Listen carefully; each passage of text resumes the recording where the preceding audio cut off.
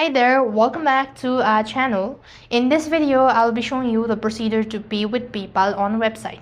To pay with PayPal on website, you need to follow the steps.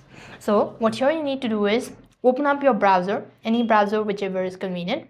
Type in paypal.com. So this is as similar as using your app itself, but there might be some differences. So you just need to click on the login button. Just type in paypal.com. And it's going to ask you to log in, so log in with your biometric, all that.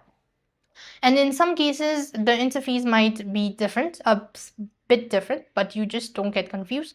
Tap on the menu bar from the top right, click on Wallet tab. Now in order to pay with PayPal, you need to select the recipient to whom you want to pay.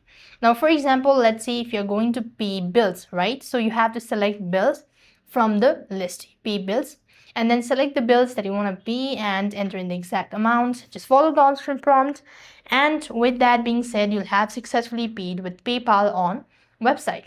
So this is the simplest way you could do it. So I hope the video was helpful. Make sure to like, share and subscribe. Thank you for watching. See you in the next video.